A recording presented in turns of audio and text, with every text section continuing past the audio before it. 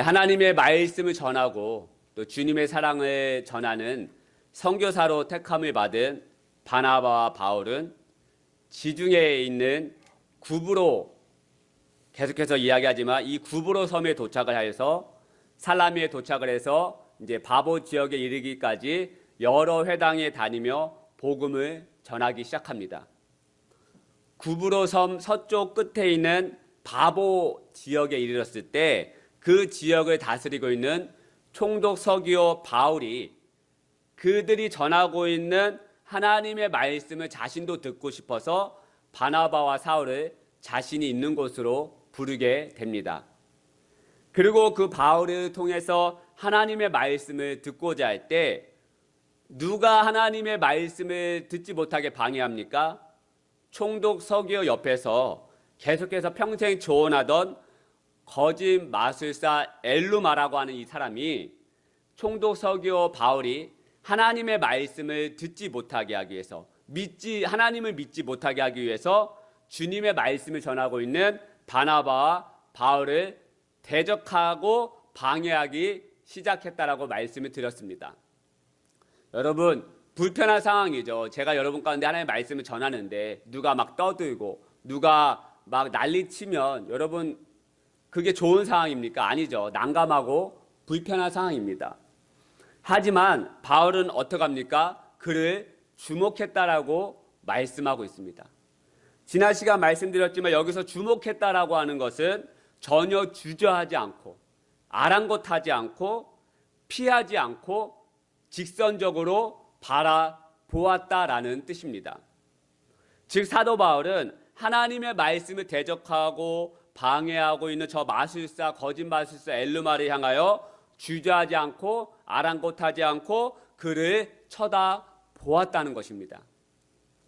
하나님의 말씀을 방해하는 저 세력 앞에서 도망가지 않았다는 거예요. 등을 돌려서 피하지 않았다고, 눈치 보지 않고 등을 돌리지 않았다는 것이죠. 주저하면서 쳐다본 것이 아니라 직선적으로 주저하지 않고 그를 곧바로 쳐다보기 시작한 거예요.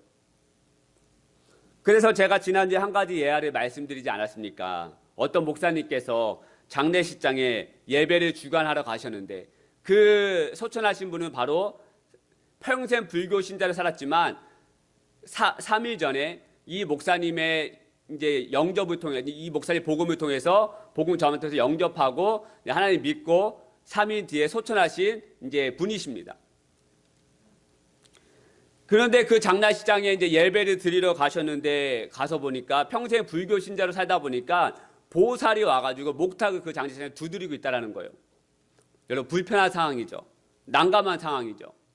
그냥 목사님께서 잠시 집에 돌아갔다가 보살이 돌아갔다라고 하면 다시 와서 예배 드리면 되는 상황이에요. 하지만 이 소천하신 분의 주인은 하나님이심을 목사님은 알고 계셨고 믿고 있었습니다. 그 장례식장의 주인은 하나님이신데 하나님이 예배를 받으셔야 됨에도 불구하고 보살이 와서 목탁을 두드리고 있으니 이 목사님께서는 아랑곳하지 않고 주저하지 않고 등을 돌려 피하지 않고 이 보살 뒤로 가서 손을 들고 기도했다는 것이죠. 하나님, 저 여기서 예배 못 드리면 집에 가지 않겠습니다. 그리고 이 보살이 떠나기 전까지 저는 손을 내리지 않겠습니다라고 기도했다라고 하죠. 그렇게 기도하던 중에 갑자기 보살이 후다닥 도망가고 이제 그 장주가 목사님 예배 드려주세요라고 해서 곧바로 예배를 드렸다고 합니다.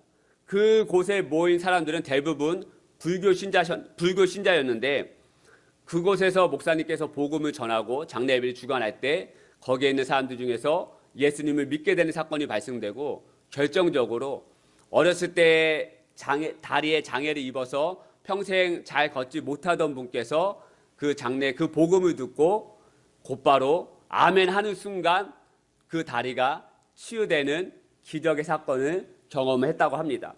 여러분 마찬가지입니다. 사도 바울이 방해하는 저 거짓 마술사 엘루마가 불편하다고 해서 잠깐 등을 돌려 피하였다면 어떻게 되었겠습니까? 불편해. 그냥 좀 저 거짓 마술사 잠잠해질 때까지 기다렸다가 잠깐 피했다가 다시 와서 해야 되겠다 라고 하였다면 어떻게 되겠습니까? 거짓 마술사가 무섭다고 해서 이 바나바 바울이 도망갔다라고 했으면 어떻게 되겠습니까? 총독 서기오 바울이 하나님을 믿게 되는 역사를 경험하지 못했다라는 것이죠. 한 영혼이 주님께로 돌아오는 기적을 보지 못했을 것입니다. 사랑하는 여러분, 권면하기는 하나님의 뜻을 쫓아 살아갈 때, 우리가 하나님의 뜻을 쫓아 살아갈 때 난감한 상황이 오고 힘든 상황이 오고 고난의 상황 가운데 놓일 때 우리는 어떻게 되느냐? 주목하시기를 축복하여 드립니다. 할렐루야. 그 고난의 상황 가운데 놓일 때 여러분 피하지 마시고 주목하시기 바랍니다. 등을 돌려 피하지 마시고 그 환경과 그 고난의 상황, 불편한 상황 뒤에 있는 하나님께서 준비하고 계신 축복을 주목하고 한 걸음 한 걸음 나아가시기를 축복하여 드립니다. 할렐루야. 이처럼 사도 바울은 도망가지 않고요. 등을 돌려 피하지 않고요. 거짓 마술사 엘루마를 주목하기 시작합니다. 사도 바울이 그를 주목했다라고 하는 것은 단순히 그의 육체, 그가 서 있는 몸을 보았다는 것이 아니에요. 네가 하나님 말씀 방해했어? 어디 감히라는 생각으로 그냥 쳐다만 본 것이 아니라 사도 바울은 이 거짓 마술사의 생각과 마음을 꿰뚫어 보았다라는 것이에요. 10절 말씀 제가 읽겠습니다. 이르되 모든 거짓과 악행이 가득한 자요 마귀의 자식이요 모든 의의 원수요 주의 바른 길을 굳게 하기를 그치지 아니하겠느냐. 모든 거짓과 악행이 가득한 자요. 사도 바울은 이 거짓 마술사 엘루마의 심령이 얼마나 악하고 거짓이 가득한지에 대해서 주목하기 시작한 거예요. 거짓 마술사의 마음, 무슨 마음입니까? 총독 서기오 바울이 하나님을 믿게 되면 자신의 돈벌이가 없어진다라고 하는 마음 아니겠습니까? 한 영혼에 대한 국률한 마음이 아니라 그저 자신의 돈벌이가 없어진다라고 하는 이 마음, 거짓된 마음과 악행하는 마음. 그래서 거짓 마술사 엘루마가 총독 서기오 바울이 하나님을 믿지 못하게 방해한 건 아니겠습니까? 자신이 전파하고 있는 말이 진짜 진리라서 그것을 방해한 것이 아니라 그저 자신의 돈벌이가 없어질까라고 하는 마음 때문에 방해했다라는 것이죠. 사도 바울은 그런 마음의 상태를 주목하기 시작했다라는 거예요. 그의 마음과 생각이 올바르지 못하기 때문에 그를 주목하여 거짓과 악행이 가득한 자다라고 이야기한 것입니다. 사랑하는 여러분, 그래서 예수님께서는 우리의 중심을 보신다고 말씀하고 있습니다. 우리의 중심이 어떠한지 늘 주목하고 계신다라고 우리 가운데 말씀하고 있어요. 그렇기 때문에 우리는 내 마음과 내 생각의 중심이 어떠한지에 대해서 늘 살펴야 합니다. 하나님에 대하여, 예배에 대하여, 이런 나의 마음과 나의 생각, 또 다른 사람과 관계할 때 대한 나의 마음과 생각이 올바른지 아니면 거짓으로 나아가는지 늘 중심을 살펴야 합니다. 하나님을 향한 나의 마음과 생각이 어떠한지, 예배를 드릴 때 나의 마음과 생각이 어떠한지, 다른 사람과 대화하며 관계할 때 나의 마음과 생각이 어떠한지, 중심이 어떠한지 늘 우리는 살펴보아야 한다는 것이에요. 이번 주 말씀을 묵상하는데 우리가 잘 아는 말씀이 나오더라고요. 마태복음 5장 23절 말씀. 그러므로 예물을 제단에 드리려다가 거기서 내 형제에게 원망 들을 만한 일이 있는 것이 생각나거든. 여러분, 이 말씀에 보면 생각나거든 이라는 말씀이 나옵니다. 무엇에 대한 생각입니까? 형제에게 원망 들을 만한 일입니다. 형제에게 잘못한 일이나 마음의 태도죠. 이렇게 형제에게 잘못한 일과 생각, 이런 마음들을 누가 생각나게 해주십니까, 여러분? 누가 조언해서 생각나주는 것이 아니라 마음과 생각의 중심을 보시는, 주목하고 계시는 성령님께서 우리에게 생각나게 해주신다는 거예요. 거짓과 악행이 가득한 마음과 생각으로 예배하는 것은 하나님이 받으실 수 없는 예배라는 것을 성령님께서 너무나도 잘 아시기 때문에 우리에게 생각나게 해주시는 거예요. 여러분, 우리는 하나님의 영으로 지음받았습니다. 흙으로 사람을 하나님께서 만드시고 하나님의 생명을 우리의 코에 불어 넣어주셨을 때 진정한 사람이 되었어요. 진흙으로 흙을 이겨가지고 우리 사람을 이제 형체를 만들었을 때는 진정한 사람이 아니었죠. 하지만 하나님께서 우리의 코에 그 진흙에 그 형체에 코에 하나님의 생명, 하나님의 영을 불어 넣어주셨을 때 진정한 사람이 되었다라고요. 우리 안에 그래서 하나님의 영이 내주하고 있습니다. 그래서 성령님께서 우리의 마음과 생각이 잘못되었을 때 생각나게 해주시고 깨우쳐 주신다는 겁니다. 이때 여러분, 우리가 회개하고 용서를 구하면 우리는 다시 하나님과 온전한 관계로 나아갈 수 있는 것이죠.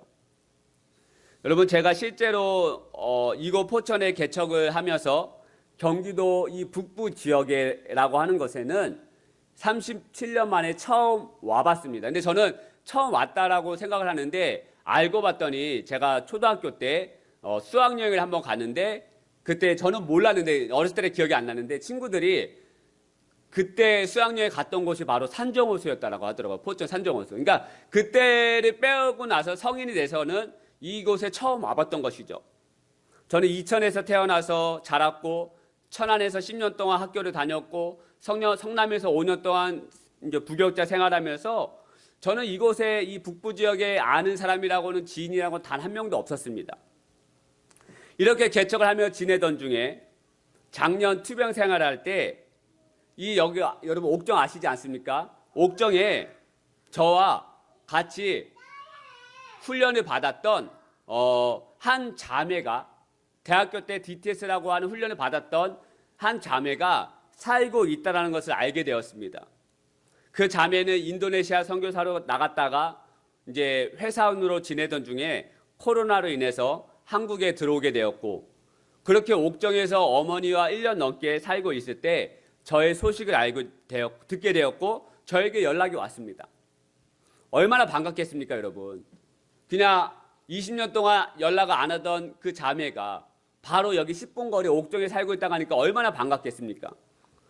그래서 그냥 제 생각 안에 그 자매가 우리 교회에 와서 같이 신앙생활하면 좋겠다라는 생각을 하게 되었죠. 그런데 그 자매가 주일에는 알바를 다니고 있어서 저녁에 끝나면 저녁 예배가 있는 교회로 예배를 간다고 하여서 남자친구랑 같이 간다고 하여서 더 이상은 교회 오라는 이야기를 하지 않았어요. 그런데 어느 날 이제 오랜만에 밥을 만나서 밥을 같이 먹던 중에 이제 다시 금요기도회를 시작하려고 한다고 했더니 자신도 금요일 저녁에는 시간이 되니까 오겠다고 하는 거예요. 그래서 올 테니까 저보고 차량 운행을 가까우니까 여기 오는 버스가 없으니까 차량 운행을 좀 해달라고 해가지고 알겠다고 했습니다. 그런데 오겠다고 하는 그 주와 그 다음 주에 일정이 생겨서 못 온다라고 연락이 왔습니다. 뭐 그럴 수 있죠. 뭐 일정이 생기니까. 그리고 나서 그 다음부터 이제 연락이 없고 아예 오지가 않는 거예요. 제 마음이 상했죠. 약속을 지키지 않는 것에 대한 상한 마음이 있었고, 그러니까 이제 제가 어떤 마음이냐, 더 이상 그 자매랑 연락하지 말아야 되겠다. 그런 생각이 드는 거예요, 제 안에. 근데 그러던 중에 어느 날 며칠 전에 또 저의 투병 소식을 듣고 20년 만에 같이 저희 나세대학교 생활하던 그 자매가 저에게 연락이 온 거예요, 전화로. 어떻게 막 전화번호 수소문을 해가지고. 근데 그 자매도 여기 가까운 남양주에 살고 있다는 거예요. 근데 그 남양주에 살면서 이 교회 이제 지금은 그 남양주 어떤 교회를 다니는데 어쩌고 막 얘기를 하면서 제 안에 통화를 하면서 그런 생각이 드는 거야. 이 자매 가정도 우리 교회 오면 좋겠다. 근데 들 수 있잖아요. 이런 생각 들 수 있잖아요. 근데 이 자매가 이미 다니는 교회가 있고 거기서 헌신대 있고 반주도 하고 어쩌고 하는 것 같아요. 오늘 피아노과 나와가지고 이 자매들이 통하면서 이 자매는 우리 교회 오지 않을 자매구나 하면서 제 마음이 혼자 괜히 서운해지는 거예요. 그러면서 제 안에 어떤 생각이 들면 더 이상 연락하지 말아야 되겠다. 뭐 이런 생각까지 그냥 말도 안 되는 생각까지 드는 거예요, 그냥. 이게 저의 관계가 저랑 이제 오랜만에 만난 이 사람들의 관계가 순수한 관계가 아니라 목적에 이루어지는 관계가 되어버리는 거예요. 너는 우리 교회 올 사람, 아닐 사람. 올 가능성 있는 사람, 아닐 사람. 막 이렇게 되면서 괜히 혼자 서운해지고 괜히 혼자 판단해버리고 괜히 혼자 연락을 해야 되겠다 말아야 되겠다라고 하는 그런 마음이 막 생기면서 내가 왜 이렇게 됐지? 라는 생각이 돼버린 거예요. 그러면서 말씀은 이날 읽으면서 내가 올바른 마음이 아니구나. 내가 순수하지 못하구나. 그러면서 정말 힘들게 용기를 내서 그 옥정 사는 자매에게 용서를 구하는 문자를 보냈습니다. 누구야, 미안하다. 약속을 지키지 않는 것이 아니라 내가 너의 그런 순수함, 너는 내 아프다는 소식 듣고 기도해 주었는데도 불구하고 나는 목적을 가지고 너와 관계하기 시작했고 너와 그런 마음의 상태가 있었다라고, 제가 그런 욕심이 있었다고, 내 옳은 소견대로 행하려고 했던 그런 마음의 상태가 있었다라고 제가 정직하게 용기를 내서 용서를 구하는 문자를 보냈습니다. 그랬더니 이제 바로 전화가 오더라고요.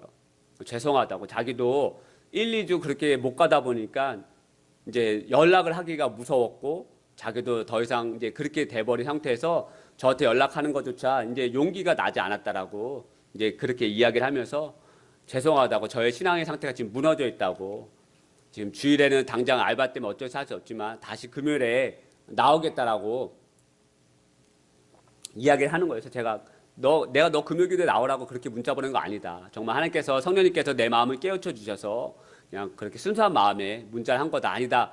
그랬더니 아니다. 자기 지금 신앙이 무너져 있다. 기도해야 된다라고 하면서 정말 이번 주에 금요일 날 같이 함께 예배를 드렸고요. 이제 계속해서 저희가 금요일 날 함께 나와서 하나님 앞에 더욱더 부르짖는 삶을 살아야겠다라고 저렇게 이야기를 하면서 그렇게 하나님 앞에 다시 한번 관계가 회복되는 시간을 가졌습니다. 여러분, 예수님께서는 우리의 마음과 생각의 중심을 보십니다. 그리고 우리의 중심이 항상 올바르고 선하고 정직하기를 원하세요. 신앙생활하며 우리가 말씀을 듣다가 또 아니면 묵상을 하다가 또 기도하다가 우리의 마음에 찔림이 있고 깨우침이 있으시다면 우리의 중심을 주목하시는 성령님께서 우리에게 말씀하시는 거예요. 그때 다시 마음을 돌이켜서 우리가 주님께로 한 걸음 더 나아간다면 다시 한번 그 하나님과의 관계가 더 올바르게 되고 더 순수해지고 더 깊어질 줄 믿으시는 저와 여러분 되시기를 축복하여 드립니다. 할렐루야. 사도 바울이 거짓되고 악한 거짓 마술사의 중심을 주목하기 시작한 거예요. 그런데 이 사도 바울이 거짓 마술사 엘루마의 거짓되고 정직하지 못한 이 마음의 중심과 생각을 어떻게 판단하고 주목할 수 있었던 것입니까? 9절 말씀 같이 한번 읽겠습니다. 9절 말씀 시작. 바울이라고 하는 사울이 성령이 충만하여 그를 주목하고, 성령 충만했기 때문에 가능했다라고 말하는 거예요. 성령 충만하여 성령님의 생각과 마음을 사도 바울은 이 거짓 마술사의 엘루마의 마음과 이 마음의 중심과 생각의 중심을 알 수가 있었던 거예요. 성령 충만하다 보니까 이 성령님의 마음을 깨달을 수 있었던 것이죠. 저 엘루마의 중심이 거짓되고 악하구나, 순수하지 못하구나, 정직하지 못하구나. 그 성령님께서 그 충만하다 보니까 성령님의 마음에 투영이 돼가지고 그것을 볼 수 있었다라는 거예요. 여러분, 신앙생활에서 우리가 설교 시간에 말씀을 읽다 보면 우리는 성령 충만해야 된다라고 수없이 말씀을 듣고 이야기하잖아요. 우리가 성령 충만해야 됩니다. 성령 충만해야 됩니다. 성령 충만하지 않으면 나아갈 수 없습니다라고 우리가 설교를 많이 듣고 말씀을 읽다 보면 많이 나오지 않습니까? 그렇다면 도대체 성령 충만하다고 하는 말이 무슨 말씀입니까? 성령 충만하다, 저 사람은 성령 충만한 사람이다, 우리가 성령 충만해야 된다라고 하는데, 그렇다면 도대체 성령 충만하다고 하는 것이 무슨 말씀입니까? 9절 말씀을 보면 사도 바울이 성령이 충만하여라고 기록되어 있는데, 여기서 이 충만이라고 하는 이 단어는 헬라어로 플레도라는 단어를 씁니다. 이 플레도라고 하는 이 뜻은 채우다, 가득 차다라는 뜻입니다. 즉 성령 충만이라고 하는 말은 성령님을 내 속에 가득 채우다, 가득 차게 하다라는 뜻입니다. 즉 사도 바울이 성령 충만하다 하여라는 말은요, 사도 바울 안에 성령님으로 가득 채워져 있다라는 말입니다. 저 사람은 성령 충만한 삶이다라고 말하는 말은요, 저 사람 안에 성령이 가득 채워져 있다라는 말이에요.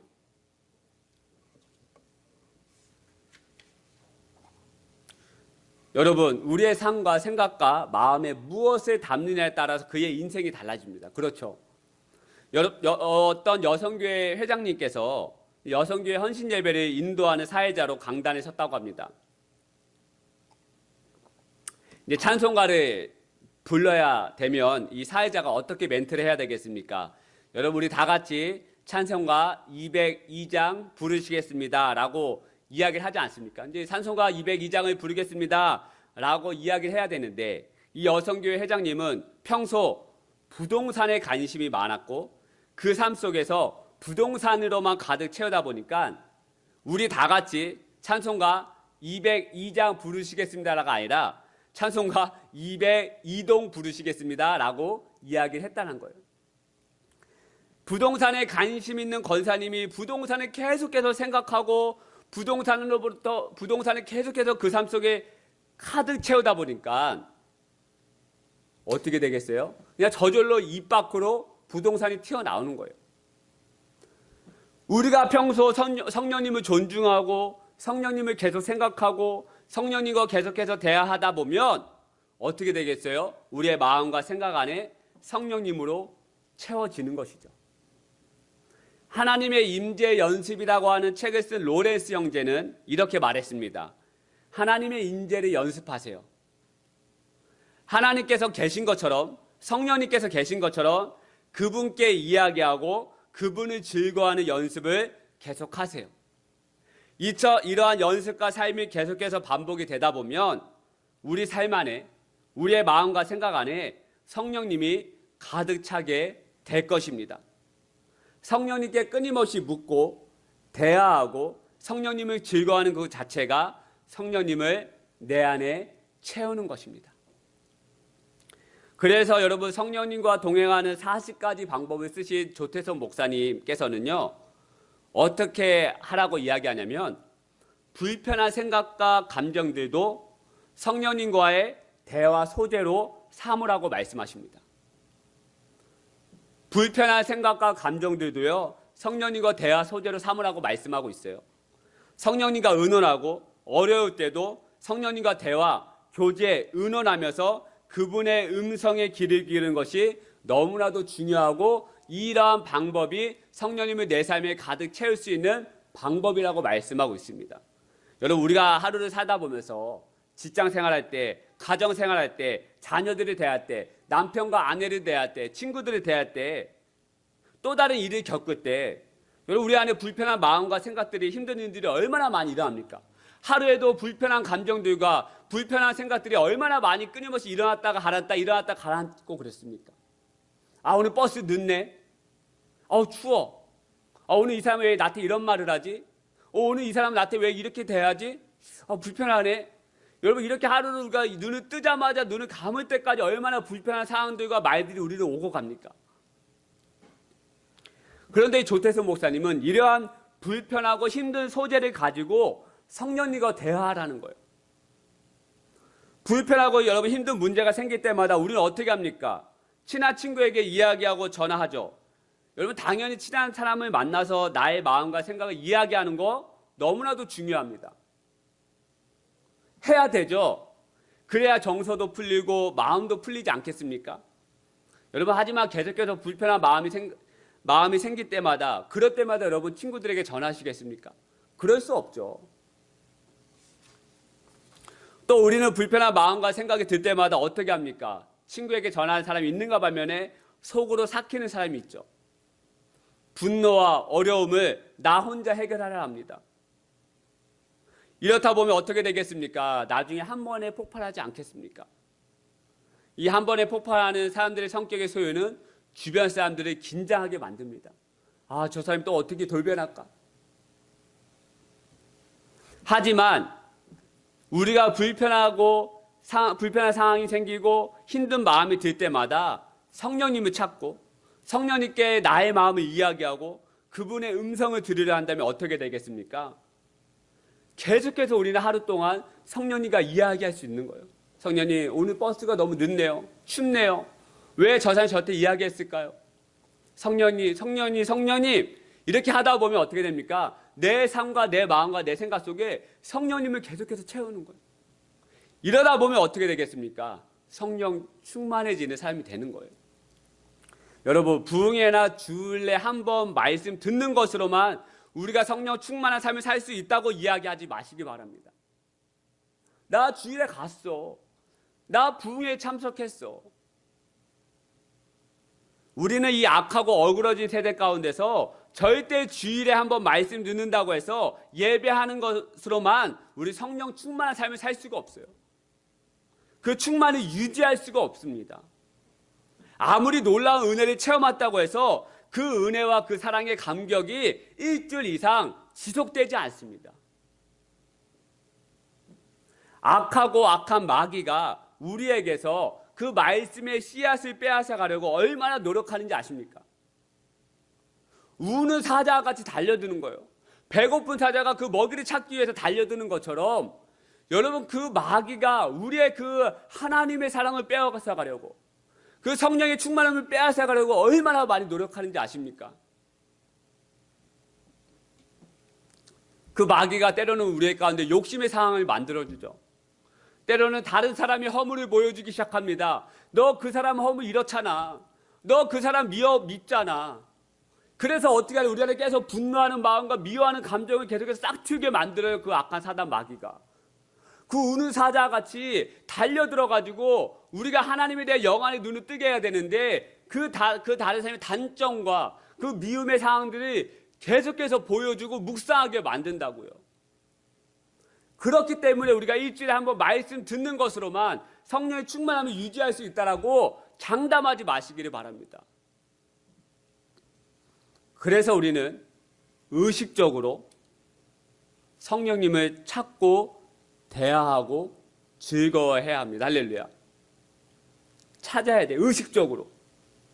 로렌스 형제처럼, 아까 말씀드린 이 책을 쓰신 조태성 목사님처럼 항상 성령님이 내 안에, 내 옆에 계신다고 의식적으로 생각하고 대화하고 즐거워해야 합니다. 여러분, 조태성 목사님 책을 보면 초반에 성령님과 친해지기 위해서, 성령 충만해지기 위해서 의식적으로 계속해서 성령님께 물었다고 합니다. 사랑하는 성령님, 버스가 오는데 버스를 탈까요? 말까요? 밥을 먹을까요? 숟가락을 들까요? 문잡이를 잘 봤는데 문을 돌릴까요? 이 내용을 어떻게 생각하세요? 이 영화를 보기를 원하세요? 여러분, 어떻게 보면 정말 무식한 방법이죠. 우리에게 자유의지가 있는데 영화 보고 싶으면 보면 되는 거 아니겠습니까? 문고리를 잡았으면 돌리면 되는 거 아니겠습니까? 밥을 먹고 싶으면 먹으면 되는 거 아니겠습니까? 그런데도 불구하고 이 목사님께서는 성령님과 친해지기 위해서 의식적으로, 그 목사의 말의 표현이 뭐냐면 무식한 방법이지만 그렇게 의식적으로 성령님을 찾고 또 찾고 그분과 대화하려고 의식적으로 나아갔다라는 거예요. 이렇게 하다 보니까 어떻게 되느냐, 자신의 마음과 생각 안에 성령님으로 가득 채워지기 시작하더라는 거예요. 툭 치면 아까 부동산 늘 생각했던 권사님처럼 202동 부르시겠습니다 이렇게 툭 나오는 것처럼 그분을 치면 그냥 성령님이에요. 하나님이에요. 어떠한 어려움과 상황이 오더라도 성령님과 대하다 보니까 결국에 성령님의 지혜로 그 어려움의 문제와 상황을 풀어 나가더라는 거예요. 사도 바울은 성령 충만했다라고 기록하고 있습니다. 자신을 버리는 것이죠. 그리고 자신의 그릇 안에 성령님을 채우기 시작하는 거예요. 저도 그러한 방법을 노력하는 거죠. 그 자매, 자기가 오겠다고 먼저 한 거예요. 약속을 지키지 않는 그거에 대해서 몇 달 동안 약속을 지키지 않는 제 안에 불편한 마음이 있죠. 관계하지, 전화, 연락하지 말아야 되겠다. 페이스북 글 올라오면 좋아요 누르지 말아야 되겠다. 제 안에 불편한 상황이 생기는 거죠. 하지만 성령님께서 제 안에 정직한 마음을 순수하지 않은 마음을 깨우쳐 주시고, 그 성령님 어떻게 할까요? 묻게 되는 것이고, 성령님께서 용서를 구하라고 하는 마음의 태도를 주셨고, 제가 마음을 정직하게 성령님의 방법들을 행했을 때 어떻게 됩니까? 하나님께서 온전하게 이루어 주셔서 함께 예배할 수 있는 은혜가 주어졌다는 거예요. 성령님의 채우다 보니까, 성령님을 채우기 위한 노력인 것이죠. 채우다 보니까 성령님의 지혜가 나오고, 성령님께서 원하시는 방법대로, 놀라운 방법, 제가 상상할 수 없는 방법대로 놀랍게 이끌어가는 것이죠. 그리고 그 자매가 돌아가면서 이렇게 이야기하더라고요. 주일날 함께 예배할 수 있는 은혜, 그리고 그 어머니께서 이제 격주로 어떻게 이렇게 주일날도 일을 나가시는데 이제 쉬는 날도 있다고 하더라고요. 어머니도 모시고 함께 예배할 수 있으면 좋겠다, 이렇게 이야기를 하고 가는 것 자체가 성령님께서 마음을 움직여 주신 거 아니겠습니까? 제가 억지로 찔렀겠습니까? 주일날 나와라, 이거 아니겠습니까? 사람이 그런다고 마음이 움직여지겠습니까? 그렇지 않잖아요. 성령님께서 그의 마음을 변화시켜 주시고, 사랑하는 여러분, 의식적으로 성령님을 초대하고 대화하고 불편한 감정이 생길 때마다 그 마음을 성령님께 이야기하고, 주님, 성령님 저 마음이 불편합니다. 도와주세요. 평안으로 바꿔주세요. 이렇게 대답하면 어떻게 된다고 말씀드렸습니까? 성령님이 채워지는 거예요.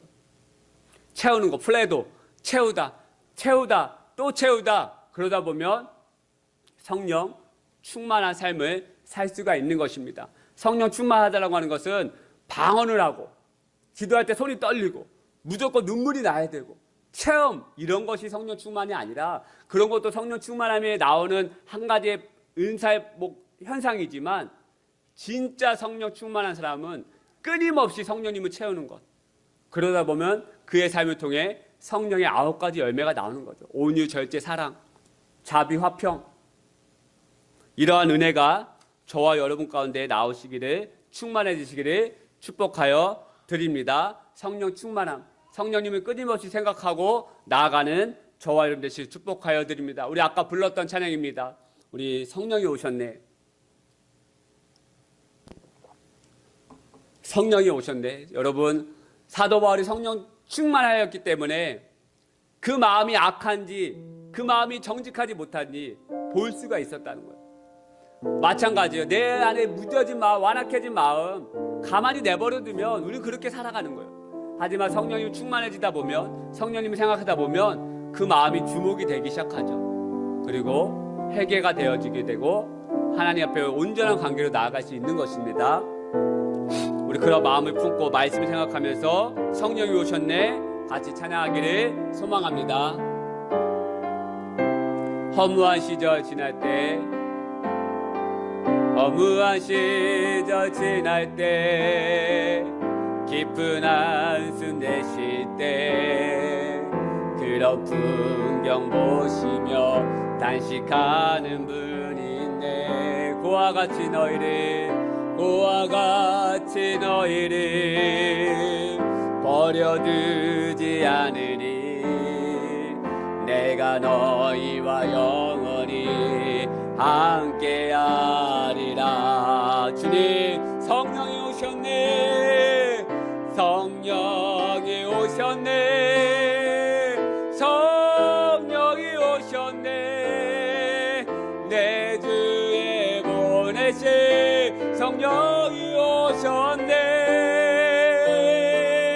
우리 인생 가운데 아멘 친히 찾아오셔서 그 나라 꿈꾸게 하시네. 억눌린 자 갇힌 자, 억눌린 자 갇힌 자, 자, 자유함이 없는 자, 피난처가 되시는 성령이 계시네. 주의 영이 계신 곳에, 주의 영이 계신 곳에 잠자유가 있다네. 진리의 영이신 성령이 오셨네. 다 함께 고백합니다. 성령이 오셨네. 성령이 오셨네. 성령이 오셨네. 내 주에 보내신 성령이 오셨네. 우리 인생 가운데 친히 찾아오셔서 그 나라 꿈꾸게 하시네. 성령이 오셨네. 성령이 오셨네. 성령이 오셨네. 내 주에 보내신 성령이 오셨네. 우리 인생 가운데 친히 찾아오셔서 그 나라 꿈꾸게 하시네. 우리 같이 한번 믿음으로 한번 기도하기 원합니다. 이 시간 기도하실 때 여러분 삶 가운데 성령으로 체험을 삶을 살고 계십니까? 아니면 다른 것으로 체험을 삶을 살고 계십니까? 불편한 상황과 감정이 올 때 성령님께 이야기하십니까? 아니면 다른 것에 우리의 마음을 빼앗겨 버립니까? 여러분, 이 시간 축복하고 권면하기는 오늘 말씀을 기점으로 해서 하루하루 성령님을 채워가며 살아가는 귀한 인생 되시길 축복하여 줍니다. 기도하실 때, 그래서 기도하실 때 성령님을 채우기 원합니다. 내가 어떠하든지 의식적으로 성령님을 찾기 원합니다. 성령님이 내 안에 오셔서 나의 모든 어그러지고 힘든 이 상황을 극복하게 해주시고 축복의 상황으로 변화시켜 주시옵소서라고 시간 간절하게 합심하며 기도하기 소망합니다. 기도하십시다. 주여 하나님, 오늘 이 아침에 우리가 주님 앞에 나아가기 소망합니다. 하나님, 성령님으로 채우기 소망합니다. 성령님으로 채우지 않고 성령님 앞에 기도하지 않고 성령님을 의식하지 않고 다른 것에 더 마음을 빼앗겨버리고 다른 것에 내 마음을 내어줬던 우리의 삶을 용서하여 주옵소서. 하나님, 의식적으로 성령님을 찾기 원합니다. 하나님, 성령님을 더 붙잡기를 원합니다. 성령님을 더 갈망하기를 원합니다. 성령님을 내 삶 속에 충만하게 채우기를 원합니다. 우리의 가정에, 우리의 자녀들에게 성령님으로 채우기를 원합니다. 성령님, 우리의 마음을 만져주시옵소서. 성령님, 우리의 마음을 만져주시옵소서. 우리의 딱딱하고 어그러진 이 마음을 만져주시옵소서.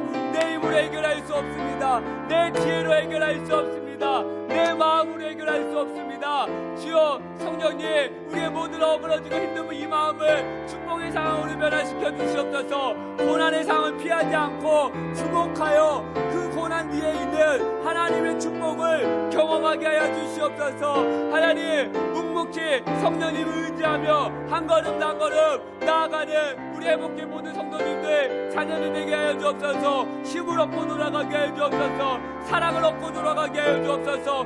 말씀을 얻고 돌아가게 하여 주옵소서. 굳세 권능을 입고 돌아가게 하여 주옵소서. 성령님을 충만하게 체험을 받고 돌아가게 하여 주옵소서. 아버지요, 우리의 예배를 받아주시옵소서. 우리의 말씀 가운데, 기도 가운데 오늘 드려드린 예배가 주의 성령 충만한 기도가 되게 도와 주시옵소서. 성령이 오시옵소서. 성령이 오시옵소서. 성령이 오시옵소서.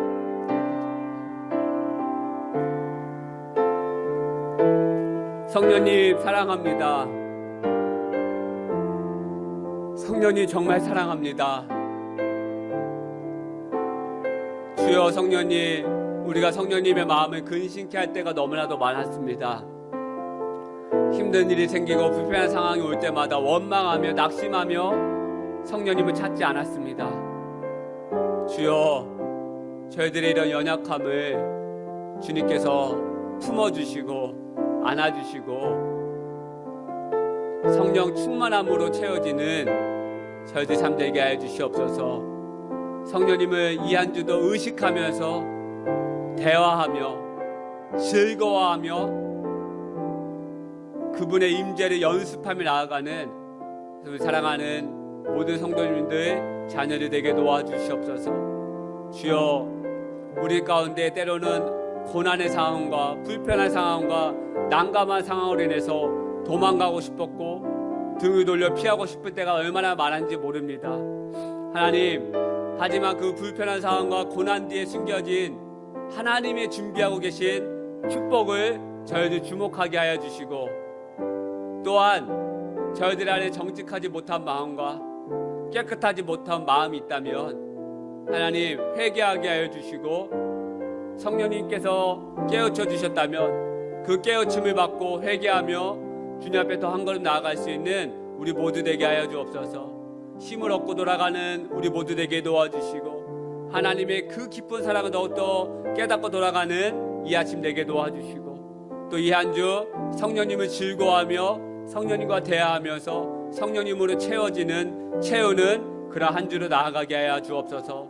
돌아오는 한 주까지 또 만날 수 있는 그 시간까지 저희 코로나로부터 저희들 보호하여 주시고, 또 여러 가지 어려움으로부터 저희들을 지켜 주시옵소서. 주님을 사랑합니다.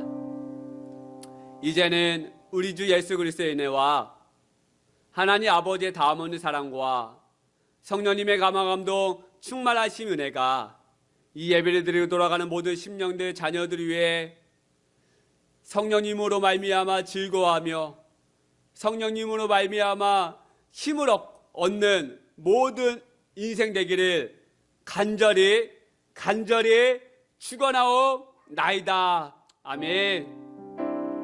아멘. 감사합니다 주님. 아멘. 감사합니다. 성령님